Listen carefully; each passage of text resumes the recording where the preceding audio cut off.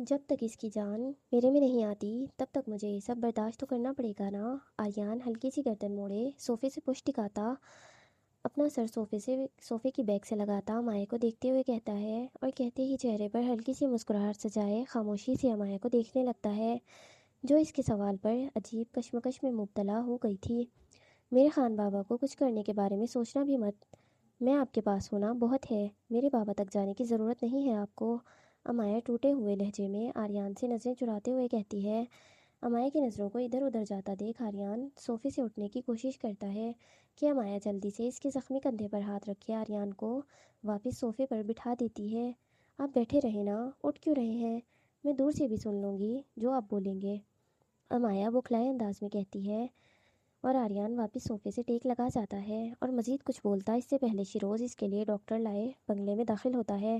Doctor کو دیکھتے ہوئے امایا جلدی سے آریان سے دور ہو کر کھڑی ہو جاتی ہے اور ڈاکٹر اور شیروز دونوں اس کی طرف بڑھتے ہوئے ڈاکٹر آریان کو دیکھتے ہوئے اس کی حالت کو دیکھ کر جلدی سے اس کی شرٹ اتارتے ہیں، اس کے ہر زخم کو بغور دیکھتے ہیں، اپنا اپنا میٹ کٹ باکس کھولتے ہیں اور اس کی مرہم پٹی کرنا شروع کر دیتے ہیں۔ آریان کے زخموں کو دیکھتے ہوئے امایا جلدی سے واپس کمرے کی طرف دوڑ کر جاتی ہے۔ امایا کو جاتا دیکھ آریان گہری سانس لیتے ہوئے اپنی مرہم پٹی کروانے لگتا ہے۔ کچھ ہی دیر میں اس کی پٹی ہو چکی تھی۔ آریان بنا شرٹ کے صوفے پر بیٹھا ہوا تھا کہ ڈاکٹر اسے آخری انجیکشن لگاتے ہوئے دوائی کی پرچی شیروز کو پکڑاتے آریان کو سلام کر کے واپس بنگلے سے باہر نکل جاتا ہے، اور آریان کے ڈرائیور کے ساتھ وہ بنگلے سے باہر نکلے ہسپتال کا رخ کرتا ہے۔ شیروز آریان کی حالت دیکھتے مزید اسے کچھ نہیں کہتا اور اس کی طرف ہاتھ بڑھائے ہوئے اسے صوفے سے اٹھانے لگتا ہے، پر آریان اس کا چہرہ دیکھتے ہوئے ہاتھ پر ہاتھ مارے پیچھے کرتا ہے اور خود صوفے سے اٹھے سیڑھیوں سے اوپر اپنے کمرے کا رخ کرتا ہے۔ آریان کمرے میں داخل ہوتا ہی ہے کہ اس کی نظر بیڈ کے پاس بنا دوپٹے کے ٹہلتی ہوئی امایا پر جاتی ہے، جو پریشان سی حالت میں ادھر ادھر ٹہلتی پھر رہی تھی۔ آریان امایا کو دیکھتے ہوئے دھیرے سے کمرے کا دروازہ بند کرتا بنا کچھ بولے اپنا رخ ڈریسنگ روم کی طرف کرتا ہے۔ آریان ڈریسنگ روم کے دروازے کھولتا ہے کہ امایا فوراً سے اس طرف دیکھتی ہے جہاں آریان ڈریسنگ روم میں داخل ہو رہا تھا۔ آریان کو دیکھتے ہوئے امایا جلدی سے بیڈ سے دوپٹہ اٹھائے اپنے کندھوں پر ڈالنے لگتی ہے اور ایک ہی جگہ بت بنے کھڑے وہ ڈریسنگ روم کی طرف ٹکٹکی باندھے دیکھنے لگتی ہے۔ نہ جگہ بدلتی ہے اور نہ ہی وہاں سے ہلتی ہے، نہ اس کی نظریں اپنی جگہ سے ہٹتی ہیں۔ ٹراؤزر چینج کی شرٹ ہاتھ میں لٹکائے ہوئے ڈریسنگ روم سے باہر نکلتا ہے کہ امایا کو اسی جگہ کھڑا دیکھ وہ تجسس سے اس کی طرف دیکھتا ہے، جو کچھ پوچھنے کے ارادے سے مسلسل ڈریسنگ روم کے دروازے کو دیکھ رہی ہوتی ہے، پر آریان کے باہر نکلنے کے بعد بھی وہ بت بنے کھڑی رہتی ہے، ایک لفظ نہیں نکلتا اس کے منہ سے۔ امایا کے چہرے پر حیرانگی کے تاثرات دیکھتے آریان گہری سانس لیتا ہوا بیڈ کی طرف قدم بڑھاتا ہے اور جا کر بیڈ پر بیٹھ جاتا ہے۔ آریان بیڈ پر بیٹھتا ہے اور امایا اس کی طرف مڑتی ہے۔ آریان کی پٹیوں کو دیکھتے ہوئے گہری سانس لیتی ہے اور اپنی ہمت کو اکٹھا کرنے لگتی ہے۔ اپنے دوپٹے کو اپنے ہاتھوں میں بھیجتے ہوئے وہ کچھ پوچھنے کے چکروں میں ہوتی ہے، پر پوچھ نہیں پاتی۔ فکر مت کرو، تمہارے خان بابا ناراض نہیں ہے تم سے، امایا پوچھتی نہیں ہے، پھر بھی آریان اس کے چہرے کو دیکھ کر اس کی بات سمجھ جاتا ہے۔ آریان بولتا ہے اور امایا حیرانگی سے اس کے چہرے کی طرف دیکھتی رہتی ہے، اسے سمجھ نہیں آتا کہ وہ اس بات پر مسکرائے یا مزید حیران ہو۔ امایا کو اب بھی خاموش پاتا آریان سر اٹھا کر اس کی طرف دیکھنے لگتا ہے، زیادہ دیر تک اپنا سر اونچا نہیں کر پاتا اور واپس سر جھکا لیتا ہے۔ اب بھی خاموش کیوں ہو؟ کچھ تو بولو، جو پوچھنا ہے پوچھو، جانتا ہوں سوالوں کا پٹارا کھلا ہوا ہوگا تمہارے پاس، بولو جو بولنا ہے جواب دیتا ہوں میں۔ آریان اپنے ہاتھ میں پکڑی شرٹ کی طرف دیکھتے ہوئے نارمل سی آواز میں کہتا ہے، نہیں مجھے تو کچھ نہیں جاننا، نہ ہی کچھ پوچھنا ہے، میں تو بس ویسے ہی آپ کو دیکھ رہی تھی۔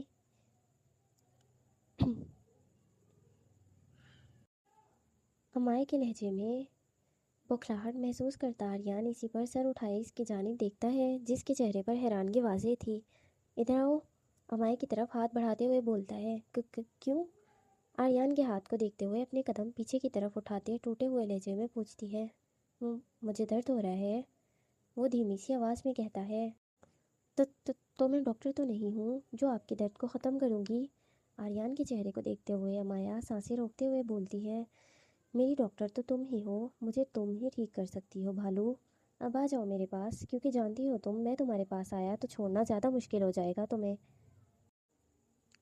آریان کا ہاتھ ابھی بھی امایا کی طرف ہی تھا۔ وہ اپنا ہاتھ امایا کی نظروں کے سامنے کرتا اسے اپنی طرف آنے کا اشارہ کرتا ہے، جس پر امایا اس کی طرف بڑھنے کے بجائے اپنے قدم اور پیچھے کی جانب بڑھاتی ہے۔ میں نہیں آ رہی ہوں، آپ گندی نظروں سے دیکھ رہے ہیں۔ میں ارادہ بھی کچھ گندا ہی کرنے کا بنا رہا ہوں، آ جاؤ اب۔ امایا کی بات سنتے ہوئے آریان فوراً سے بول پڑتا ہے، جس پر امایا کا دل فوراً تیزی سے دھڑکنے لگ جاتا ہے۔ وہ بکھلائے انداز میں اس کے چہرے کو دیکھتی رہتی ہے۔ نہیں، میں نہیں آ رہی، میں آپ کے لیے فروٹ لے کر آتی ہوں، آپ کو وہ کھانے چاہیے، جلدی ٹھیک ہو جاؤ گے آپ۔ امایا کہتے ہی جانے کے لیے مڑتی ہے کہ آریان اسے اپنے سامنے سے جاتا دیکھ امایا کو دوپٹے سے پکڑے کھینچ کر زور سے بیڈ پر اپنے اوپر گرا لیتا ہے۔ اس کی کمر کے گرد اپنی بازوؤں کا حصار باندھتے امایا کو بیڈ پر گراتا خود اس پر جھک جاتا ہے۔ کچھ کہتا سنتا اس سے پہلے ہی آریان امایا کے لبوں پر اپنے لب رکھ چکا تھا۔ آپ کو چوٹ لگی ہے نا؟ آرام کریں، پھر کیوں شروع ہو گئے ہیں؟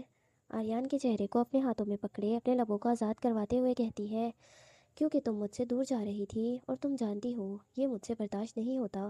میرے پاس رہو، میں بھی ٹھیک رہوں گا اور تم بھی سکون سے رہو گی، آریان امایا کی آنکھوں میں دیکھتے ہوئے کہتا ہے، اور کہتے ہی اس کے چہرے کی طرف جھکتا ہوا اس کی گردن پر اپنے لب رکھ جاتا ہے، جس کو محسوس کرتی امایا اسی پل اپنی آنکھیں بند کر لیتی ہے۔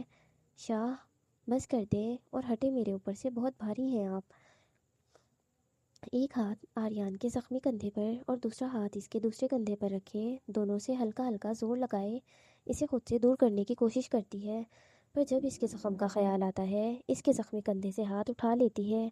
آریان کے دوسرے کندھے پر ہاتھ رکھے امایا اسے دور ہٹانے کی کوشش کرتے ہوئے بولتی ہے، ایسے کیسے ہٹ جاؤں؟ اپنے زخمی شوہر کے زخموں پر مرہم تو لگاؤ پہلے، پھر آزاد کر دوں گا میں تمہیں۔ اور امایا کی گردن سے اپنا چہرہ باہر نکالے اس کی آنکھوں کو اور اس کے ہونٹوں کو دیکھتے ہوئے کہتا ہے، کیا مطلب ہے آپ کا؟ کیا کروں میں؟ آریان کی بہکتی نظروں کو دیکھتے ہوئے امایا حیرانگی سے پوچھتی ہے، یہ بھی میں بتاؤں اب ڈارلنگ؟ آریان ایک آئی برو چکاتے ہوئے پوچھتا ہے، جی ظاہر ہے الٹی سیدھی باتیں آپ کے ذہن میں ہی آتی ہیں، بتائیں کیا کروں میں؟ اپنے الفاظوں پر زور دیتی اپنے لب کھینچتے ہوئے آریان کی آنکھوں میں دیکھتے ہوئے پوچھتی ہے، kiss me heart darling so I can forget all my pain for a while۔ Aryan کہتا ہے اور کہتے ہی خود ہی امایا کے لبوں پر قابض ہو جاتا ہے۔ سعید خان بھی واپس حویلی پہنچ چکے تھے۔ وہ حویلی میں داخل ہوتا ہے کہ ایک نظر پوری حویلی میں ڈالتا ہے۔ اس کی نظر کے سامنے سوائے نوکروں کے اور کوئی نہیں آتا۔ جہاں اسے ہر پل چہر پہل شور شرابہ ملتا تھا، وہاں اب اسے حویلی میں داخل ہوتے ہی پرسکون سا ماحول ملتا ہے۔ ایک دم خاموشی ملتی ہے۔ خاموشی کے دشمن تو یہاں تھی ہی نہیں، اسی لیے امایا کی غیر موجودگی سب سے زیادہ سعید خان کا دل چیر کر رکھ رہی تھی۔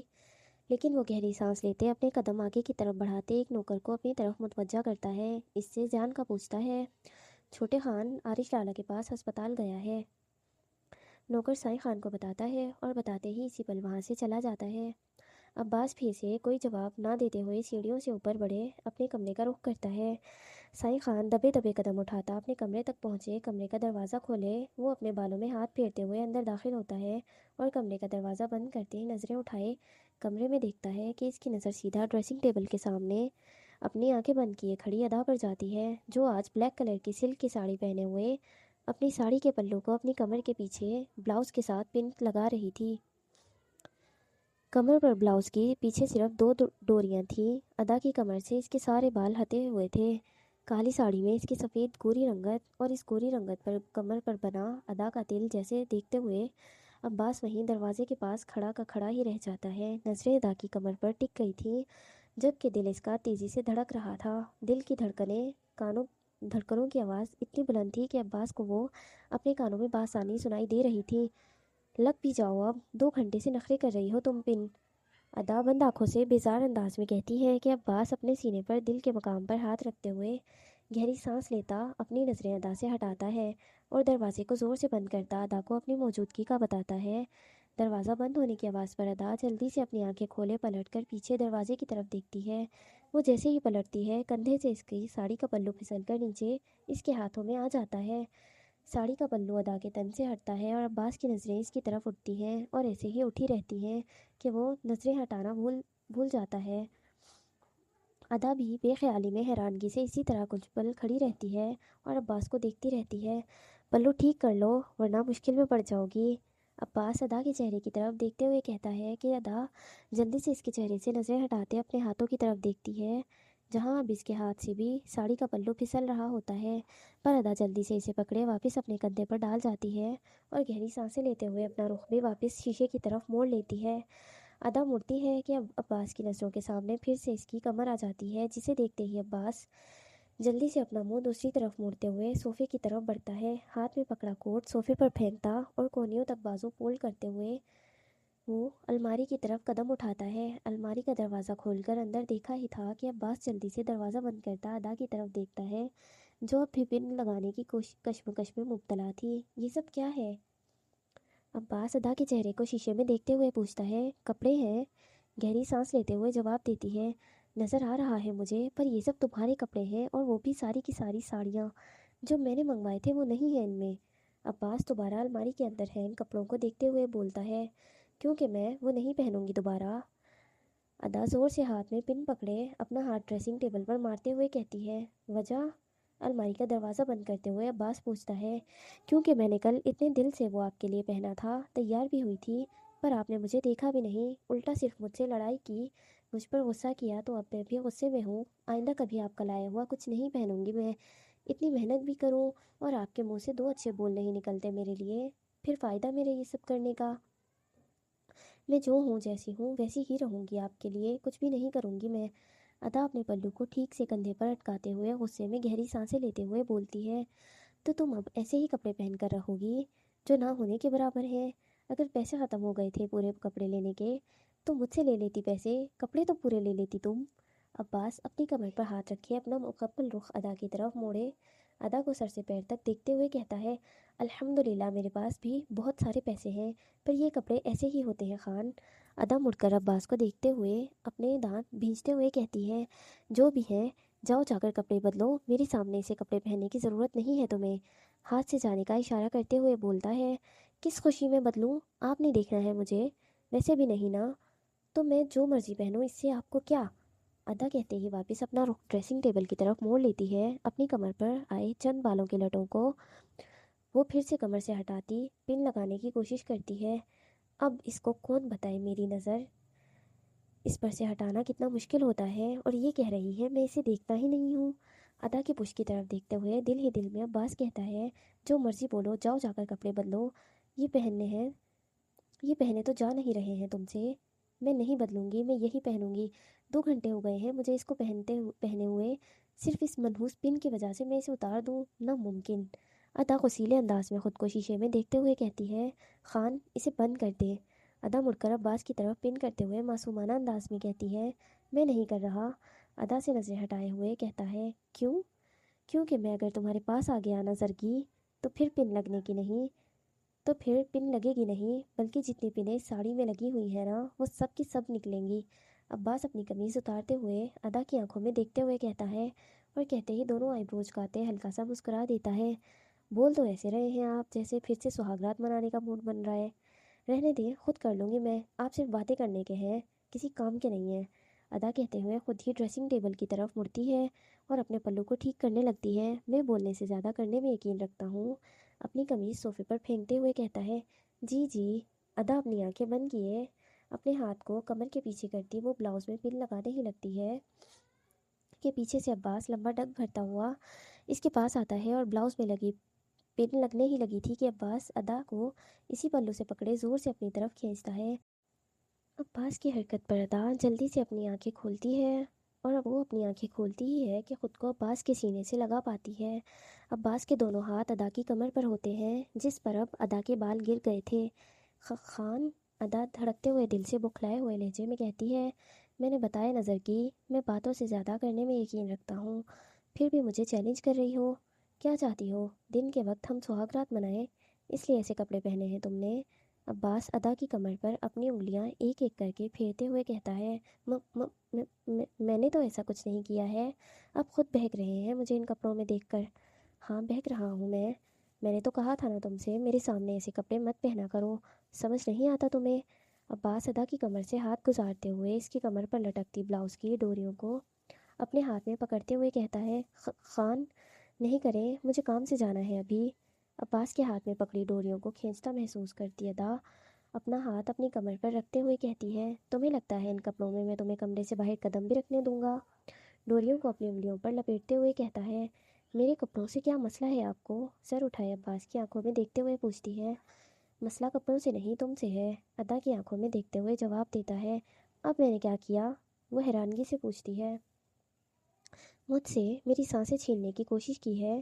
نظریں ادا کے چہرے پر تھیں جبکہ جواب وہ دل ہی دل میں خود سے کہہ رہا تھا۔ میرے منع کرنے کے بعد بھی ایسے کپڑے پہننے کی کوشش کی ہے تم نے؟ اب کچھ کرنا تو پڑے گا نا مجھے، تاکہ تم آئندہ ایسے کپڑے کبھی نہ پہنو، عباس کہتا ہے اور ڈوری کو توڑنے کے لیے کھینچنے ہی لگتا ہے کہ ادا جلدی سے عباس کے ہاتھ پر ہاتھ رکھے رونے والی شکل بنائے اسے روکنے لگتی ہے۔ کیوں آپ میری ساڑیوں کے دشمن بنے ہوئے ہیں خان؟ چھوڑ دینا اسے، اتنی اچھی لگ رہی ہوں میں، اور روتلو سی شکل بنائے کہتی ہے۔ وہ واقعی میں رونے کی تیاری کیے بیٹھی تھی۔ تم مجھے ساڑیوں میں بالکل اچھی نہیں لگتی۔ تو میں آپ کو اچھی کب لگتی ہوں؟ بنا پلک جھپکائے عباس کی آنکھوں میں دیکھتے ہوئے پوچھتی ہے۔ کبھی بھی نہیں، عباس کہتا ہے، اور ادا گہری سانس لیتے ہوئے عباس کے چہرے سے اپنی نظریں ہٹا لیتی ہے۔ خان بس کر دیں، میرا دماغ پہلے ہی گھما ہوا تھا، باقی کا آپ گھما کر رکھ دیں گے۔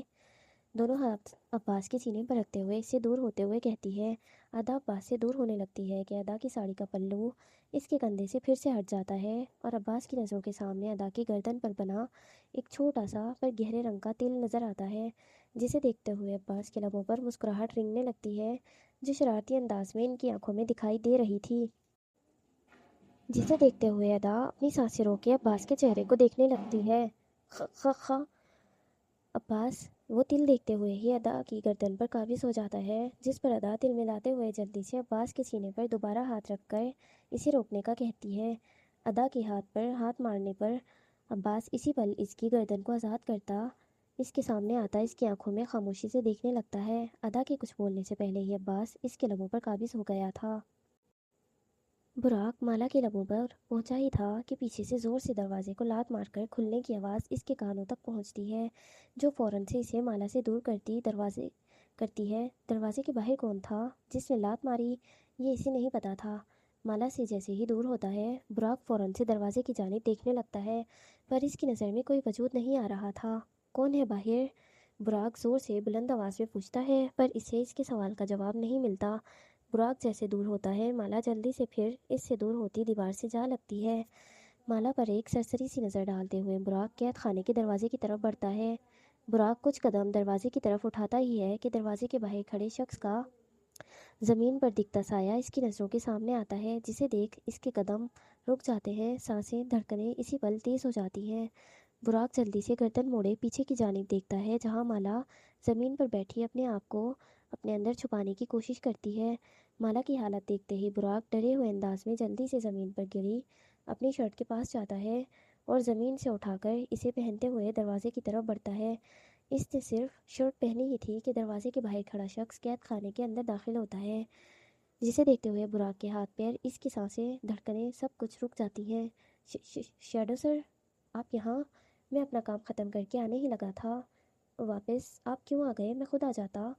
براق بوکھلائے ہوئے انداز میں اور لہجے میں اپنی شرٹ کے بٹن بند کرنے کی کوشش کرتے ہوئے کہتا ہے، اور کہتے ہی مڑ کر اپنے پیچھے دیوار سے لگی مالا کی طرف دیکھتا ہے، جو دوبارہ زمین پر بیٹھے اپنا سر اپنے گھٹنوں میں ٹکائے اپنی ٹانگوں کے گرد حصار باندھے اپنے وجود کو اپنے آپ میں چھپانے لگتی ہے، پر اس کے بلک بلک کر رونے کی اور سسکیاں لینے کی آوازیں پورے کمرے میں گونج رہی تھیں، جسے سنتے ہوئے عارش اپنے ہاتھوں کی مٹھیاں بھیجتے ہوئے اپنے سامنے کھڑے براق کو دیکھتا ہے، جس کے ہاتھ پیر پھولنے لگے تھے۔ عارش کو دیکھتے ہوئے، مجھے لگا تھا میرے آنے کی ضرورت ہے یہاں، اس لیے آیا ہوں میں، عارش کہتے ہوئے قید خانے میں داخل ہوتا ہے کہ اس کی نظریں براق کے سینے کی طرف جاتی ہیں، جسے وہ شرٹ سے چھپانے کی کوشش کرتا ہے۔ میں نے تمہیں منع کیا تھا نا یہ کرنے کے لیے؟ پھر شیڈو زمین پر بیٹھی بکھری حالت میں مالا کو دیکھتے ہوئے پوچھتا ہے، وہ سر وہ میں نے سوچا یہ مرنے ہی جا رہی ہے تو کیوں نہ تھوڑا سا، عارش کی آنکھوں میں دیکھتے ہوئے کہنے کی کوشش کرتا ہے، پر عارش کی آنکھوں کو سرخ ہوتا دیکھ وہ اپنے لفظوں پر لگام لگا لیتا ہے۔ تھوڑا سا کیا؟ عارش اپنے لفظوں پر زور دیتے ہوئے کہتا ہے۔ اس کی آواز بھاری بھرکم تھی، جو زمین پر گھٹنوں کے بل بیٹھی مالا کے کانوں میں پڑ رہی تھی، جسے سنتے ہوئے مالا کے رونے کی آوازیں اور بلند آواز میں کمرے میں گونجنے لگتی ہیں۔ مالا کے رونے کی آوازیں سنتے ہی اس کے دماغ کی رگیں تن گئی تھیں۔ اس کا غصہ اس کے چہرے پر صاف واضح ہو رہا تھا، جسے اس وقت صرف اور صرف براق دیکھ رہا تھا۔ وہ جانتا تھا عارش اپنی باتوں کا اور اپنے اصولوں کا کتنا پکا ہے۔ وہ جس بات کے لیے بنا کر دے، وہ بات پتھر پر لکیر ہوتی ہے۔ اس کی بات کو رد کرنا یا اس کی بات کو ماننے سے انکار کرنے کی اجازت کسی کو بھی نہیں تھی۔ سر، مجھے تھوڑا سا وقت دے دیں، میں ابھی کام ختم کر دوں گا۔ آپ فکر مت کریں، اب کچھ نہیں کرتا، بس اپنا کام مکمل کروں گا۔ بس تھوڑا سا وقت دے دیں مجھے۔ براق اپنی شرٹ کو بند کرتے ہوئے اپنی نظریں جھکائے کہتا ہے، تم جانتے ہو میں موقع صرف ایک بار دیتا ہوں، تمہیں دے چکا ہوں۔ تمہیں لگتا ہے کہ اب میں تمہیں کسی بھی چیز کی اجازت دوں گا، یہاں تک کہ تمہیں سانس لینے کی اجازت بھی دوں گا؟ عارش اپنی کمر پر ہاتھ باندھتے ہوئے چند قدم براق کی طرف اٹھاتے ہوئے اس کی آنکھوں میں آنکھیں ڈالے پوچھتا ہے، اور اس کی بات پر براق اپنا سر جھکا لیتا ہے۔ وہ اس بات سے واقف تھا کہ اس کا انجام کیا ہو سکتا ہے عارش کی بات نہ ماننے پر۔ سوری سر، جانتا ہوں غلطی ہو گئی مجھ سے، آئندہ احتیاط کروں گا، اس بار معاف کر دیں مجھے، براق کہتا ہے، اور عارش اپنی آنکھیں بند کیے گہری سانس لیتا ہے۔ چلو ٹھیک ہے، دیا ایک اور موقع، میری آنکھوں کے سامنے اگلے 1 منٹ کے اندر اندر اس کا کام تمام کرو، میں تمہیں معاف کر دوں گا، عارش کہتا ہے، اور کہتے ہوئے کمرے میں موجود دیوار کے ساتھ لگے ٹیبل کی طرف بڑھتا ہے۔ ٹیبل پر پڑا موبائل وہ اپنے ہاتھ میں اٹھاتا زمین پر گھٹنوں کے بل بیٹھی مالا پر روشنی ڈالتا ہے اور براق کو آنکھوں سے اشارہ کرتے ہوئے اس کی طرف بڑھنے کا کہتا ہے۔ براق کو عارش کی بات پر یقین تو نہیں آ رہا تھا، کیونکہ وہ کبھی کسی کو دوسرا موقع نہیں دیتا تھا، اس لیے، لیکن براق پھر بھی یقین کرنے کی کوشش کرتے ہوئے عارش کی طرف بڑھتا ہے اور اس کے پاس ٹیبل پر پڑے ہتھیاروں میں سے ایک چاقو اٹھاتا ہے، ایک لمبا تیز نوکیلا چاقو، جس کے ایک وار پر سامنے والا اسی پل اپنی سانسیں کھو بیٹھتا ہے۔ براق ٹیبل سے چاقو اٹھائے ایک نظر حیرانگی سے عارش کو دیکھتا ہے اور پھر گہری سانس بھرتے ہوئے اپنی نظر مالا پر جماتا ہے۔ اسے روتا دیکھ براق سخت نظروں سے اسے دیکھتے ہوئے اس کی طرف بڑھتا ہے اور مالا کے سامنے جا کھڑا ہوتا ہے۔ اٹھو لڑکی، دنیا سے رخصت ہونے کا وقت آ گیا ہے تمہارا، براق نظر جھکائے مالا کے سر کی طرف دیکھتے ہوئے کہتا ہے، جو اپنا سر اپنے گھٹنوں سے لگائے اپنی ٹانگوں کے گرد بازوؤں کا حصار مضبوطی سے باندھے ہوئے بیٹھی تھی۔ براق کی بات پر مالا ٹس سے مس نہیں ہوتی اور وہ اپنے آپ کو مزید خود میں بھینچتے ہوئے رونے کی آواز کو بھی خود دبانے لگتی ہے، پر اس کی سسکیوں کی آوازیں عروج پر پورے کمرے میں گونج رہی تھیں، جو کم ہونے کا نام لے ہی نہیں رہی تھیں۔ جتنا وہ خود کو رونے سے روک رہی تھی، آنسو اتنی ہی تیزی سے اس کی آنکھوں سے بہتے جا رہے تھے، جو براق کی دھڑکنیں اور اس کے پیچھے کھڑے عارش کے غصے کو بڑھاتی جا رہی تھیں۔ براق مالا سے نظر ہٹاتا ہے اور جلدی سے گردن موڑے ٹیبل پر بیٹھے عارش کی طرف دیکھتا ہے، جو انتہائی پرسکون انداز میں ایک ہاتھ میں موبائل پکڑے ہوئے دوسرے ہاتھ کی کلائی میں بندھی گھڑی کی جانب نظر جمائے ہوئے کھڑا تھا۔ عارش کو اس وقت اتنا پرسکون دیکھتے ہوئے براق کے دل کی دھڑکنیں مزید تیزی سے بڑھنے لگتی ہیں۔ دھیرے دھیرے وقت گزرتا جا رہا تھا، اس کو دیے ہوئے وقت کی مہلت ختم ہوتی جا رہی تھی۔ براق کو عارش کی خاموشی کھٹک رہی تھی، وہ جانتا تھا کچھ برا ہونے والا تھا، یا تو اس کے ساتھ یا پھر مالا کے ساتھ۔ عارش کی نظر مسلسل گھڑی پر تھی، جو براق کو دیے ہوئے ایک وقت کو گزرتا دیکھ رہا تھا۔ براق عارش سے نظر ہٹاتا دوبارہ سر جھکائے مالا کی طرف دیکھتا ہے، جو اب بھی خود کو خود میں ہی چھپانے کی کوشش کرتے ہوئے اپنے آنسو روکنے کی کوشش کرتی ہے، پر مالا کو اب بھی کھڑا نہ پا کر براق غصے میں اسے بالوں سے پکڑے اپنے سامنے کھڑا کرتا ہے۔ براق جیسے ہی مالا کو بالوں سے پکڑتا ہے، مالا کی درد میں کراہتے ہوئے زوردار چیخ پورے کمرے میں گونجتی ہے، جس کا اثر نہ براق پر پڑتا ہے اور نہ ہی ٹیبل پر بیٹھے عارش پر۔ عارش کولڈ انداز میں مسلسل گھڑی پر نظر جمائے ہوئے وقت کے گزرنے کا انتظار کر رہا تھا، جہاں اب صرف 15 سیکنڈز رہ گئے تھے۔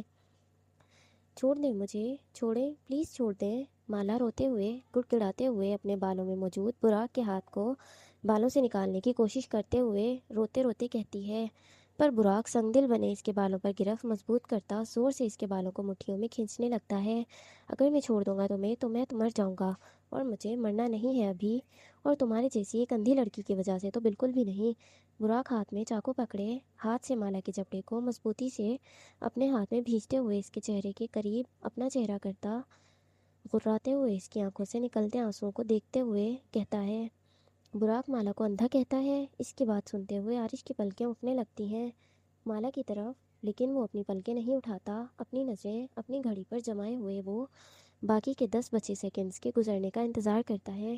نہیں کریں ایسا میرے ساتھ، پلیز مجھے جانے دیں، مالا کبھی براق کے چہرے کی طرف تو کبھی کندھوں کی طرف ہاتھ مارتے ہوئے اسے خود سے دور کرتے اپنے آپ کو آزاد کروانے کی کوششیں کرتے ہوئے کہتی ہے، اور براق اس کو چھوڑنے کے بجائے اس کے بالوں پر گرفت مزید بڑھاتا جاتا ہے۔ اس کے چہرے کو چھوڑتا ہاتھ میں پکڑے چاقو کو مارنے والے انداز میں پکڑے وہ مالا کے پیٹ کی طرف نشانہ باندھتا ہے۔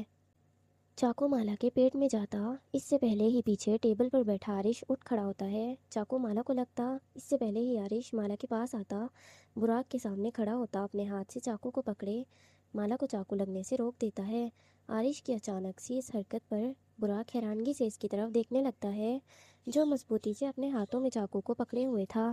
اس کے ہاتھ سے خون پانی کی طرح بہہ کر زمین پر گرتا جا رہا تھا، جس کی آواز وہاں موجود تینوں کے کانوں میں بآسانی پڑ رہی تھی۔ تمہارا وقت ختم ہوا، جتنا تمہیں وقت دیا تھا اس سے 2 سیکنڈ تم اوپر لگا چکے ہو، لیکن کام تم نے اب بھی نہیں کیا۔ عارش چاقو پر گرفت بڑھائے تیز نکلنے چاقو کو زور سے کھینچتا ہوا براق کے ہاتھ سے اپنے ہاتھ میں پکڑتا ہے۔ ہاتھ سے خون تیزی سے بہہ رہا تھا، جو چاقو کو خون سے تر کر چکا تھا، پر عارش کے ماتھے پر درد کی شکن تک نہیں آئی تھی۔ پر میں کر رہا، بال چھوڑو اس کے۔ براق بولنے لگتا ہے کہ عارش اس کی بات کاٹتا حکمانہ انداز میں غصے سے براق کے چہرے کو دیکھتے ہوئے بول پڑتا ہے۔ عارش کے حکمانہ انداز پر براق مالا کے بالوں سے ہاتھ ہٹاتا تجسس بھری نگاہوں سے ڈرتے ہوئے عارش کو دیکھتے ہوئے مالا سے اپنے قدم بھی پیچھے کی طرف اٹھاتا ہے، اور اس کی آنکھوں میں خون اترتا ہوا دیکھ وہ باقاعدہ براق کے دل کی دھڑکنیں ڈر کے مارے بڑھتی جا رہی تھیں۔ تمہیں پتہ ہے مجھے اس دنیا میں سب سے زیادہ نفرت کس چیز سے ہے؟ عارش اپنے ہاتھ میں چاقو کو صحیح طرح سے پکڑتے ہوئے اپنی نظریں چاقو پر جمائے پوچھتا ہے۔ صحیح وقت پر صحیح کام نہ ہونے سے، براق حلق سے نیچے تھوک اتارتے ہوئے ڈرے ہوئے لہجے میں کہتا ہے، اور اس کی نظریں اب بھی پوچھتے ہوئے چاقو پر ہی ٹکی ہوئی تھیں، جو بولا نہیں ہے وہ کرنے سے۔ تو جب تمہیں پتہ ہے مجھے جس چیز سے نفرت ہے وہ تم نے کیوں کی؟ عارش براق کی بات پر فوراً سے پوچھتے ہوئے نظریں اٹھائے کولڈ انداز میں براق کی آنکھوں میں دیکھنے لگتا ہے۔ عارش کے سوال پر براق کے پاس کوئی جواب نہیں تھا۔ براق عارش کی نظروں میں دیکھتے ہوئے اپنے قدم پیچھے کی طرف کھسکاتے ہوئے اٹھانے لگتا ہے۔ عارش اور براق کو آپس میں بات کرتے سنتے ہوئے مالا جلدی سے بنا دوپٹے بنا شال کے دیوار کا سہارا لیتے ہوئے دیوار پر ہاتھ مارتے دروازے کو ڈھونڈنے لگتی ہے۔ براق اور عارش کی نظریں ایک دوسرے پر جمی ہوئی تھیں، ایک ڈر کے دیکھ رہا تھا تو دوسرا ڈرانے والے انداز میں دیکھ رہا تھا۔ دونوں کی نظریں ایک دوسرے کی آنکھوں میں تھیں۔ مالا کے وہاں جانے سے دونوں کو پتہ ہی نہیں چلتا۔ مالا دیوار کا سہارا لیتے ہوئے ایک ہاتھ آگے کی طرف مارتے دروازے کی طرف پہنچتی ہے، اور دروازے تک پہنچی ہی تھی کہ اس کا سر دروازے سے لگتا ہے، جس سے ٹکر کی آواز پر عارش کی نظریں فوراً مالا کی طرف اٹھتی ہیں، پر وہ کوئی ری ایکشن نہیں دیتا۔ پر جیسے ہی براق کی نظر مالا کی طرف اٹھتی ہے کہ عارش اسی پل اس کی طرف بڑھتا بنا کچھ بولے براق کے بالوں کو پیچھے سے پکڑتا ہوا اس کی گردن اپنی طرف کرتا براق کی گردن پر چاقو چلا دیتا ہے، جس سے خون فوارے کی طرح سارا کا سارا اس کی گردن سے نکلتے ہوئے عارش کے چہرے پر اور اس کے کپڑوں پر گرتا ہے۔ براق کی گردن سے مزید خون عارش کے اوپر گرتا ہے کہ عارش اسی پل براق کے بالوں سے ہاتھ ہٹاتا براق کو زمین بوس کر دیتا ہے۔ براق سر کے بل زمین پر زور سے گرتا ہے کہ اس کے گرنے کی آواز پر قید خانے سے باہر نکلتی مالا کے قدم رک جاتے ہیں۔ ڈر کے مارے اپنے دل پر ہاتھ رکھے گہری گہری سانسیں لیتے ہوئے وہ کچھ پل کے لیے ایک ہی جگہ پر بت بنے کھڑی ہو جاتی ہے، پر جلد ہی خود کو کمپوز کرتی گرل کا سہارا لیتے ہوئے سیڑھیوں کی طرف کا رخ کرتی ہے۔ تمہیں میں نے جو کہا تھا کرنے کو، تمہیں وہ کرنا چاہیے تھا۔ اپنا دماغ چلانے کو کس نے کہا تھا؟ عارش گھٹنوں کے بل زمین پر بیٹھتا چاقو کی نوک سے براق کا چہرہ اپنی طرف کرتے ہوئے اس کی کھلی آنکھوں کی طرف دیکھتے ہوئے کہتا ہے، روح تو اس کے جسم سے فنا ہو چکی تھی، پر اس کی آنکھیں کھلی ہوئی تھیں۔ میرا اس لڑکی کو مارنے کا مقصد کچھ اور تھا۔ میں نے تمہیں کہا تھا اس کو مار کر قصہ ختم کرو، اس کے وجود پر گندی نظریں ڈال کر میرے نام کو خراب مت کرو، لیکن تمہیں سمجھ نہیں آیا۔ افسوس تو ہوا ہے مجھے تمہیں مارنے کا، پر کیا کرتا، بات اصول کی ہے، اور عارش قرگان اپنا اصول کسی کے لیے نہیں بدلتا، بھلے وہ اس کا اپنا آدمی ہی کیوں نہ ہو۔ جو غلط کرے گا وہ اس کی سزا پائے گا، اور شیڈو کنگ کی دنیا میں گناہ کی سزا صرف اور صرف موت ہے، جو موت میں اپنے ہاتھوں سے دیتا ہوں۔ تم میرے آدمی تھے اس لیے تمہیں آسان موت دی، اب ویسے جہنم میں جاؤ۔ انا للہ و انا الیہ راجعون۔ خدا تمہیں جہنم نصیب کرے، آمین۔ عارش چاقو زمین پر پھینکتا ہوا اپنے زخمی ہاتھ، جس سے خون ابھی بھی بہہ رہا تھا، اس ہاتھ سے براق کی آنکھوں کو بند کرتے ہوئے دھیمی سی آواز میں کہتا ہے، اور کہتے ہی فوراً سے نظریں اٹھائے قید خانے کے دروازے کی طرف دیکھتا ہے، جہاں مالا کا وجود اسے نظر نہیں آ رہا تھا۔ چلو اب اس کام کو بھی انجام میں خود ہی دے دیتا ہوں۔ میں عورت پر ہاتھ اٹھانے کا عادی تو نہیں، پر کیا کروں، دشمنوں کو سبق سکھانا بھی ضروری ہے۔ آخر کار ڈارک ورلڈ کا شیڈو کنگ ہوں میں، نام سے ڈر بنایا ہے تم جیسے بیکار آدمیوں کی وجہ سے میں اپنا نام خراب تو نہیں کر سکتا نا۔ یہ کام بھی میں خود کر لیتا ہوں، کوئی مسئلہ نہیں۔ جہاں ایک کی جان لے لی میں نے، دوسرے کی بھی میں ہی لے لیتا ہوں، صحیح ہے۔ عارش کہتے ہوئے زمین سے چاقو دوبارہ اٹھائے اپنے گھٹنوں پر ہاتھ رکھتا اٹھ کھڑا ہوتا ہے۔ اپنی بازو سے اپنے چہرے پر لگا خون صاف کرتے ہوئے وہ قید خانے سے باہر نکلنے لگتا ہے۔ کچھ قدم باہر نکلا ہی تھا کہ اس کی نظر سیڑھیوں کی طرف گریل کا سہارا لیے مالا پر جاتی ہے، جو روتی ہوئی اپنے ہاتھ آگے کی طرف مارتے ہوئے سیڑھیوں کی طرف بڑھتی جا رہی تھی۔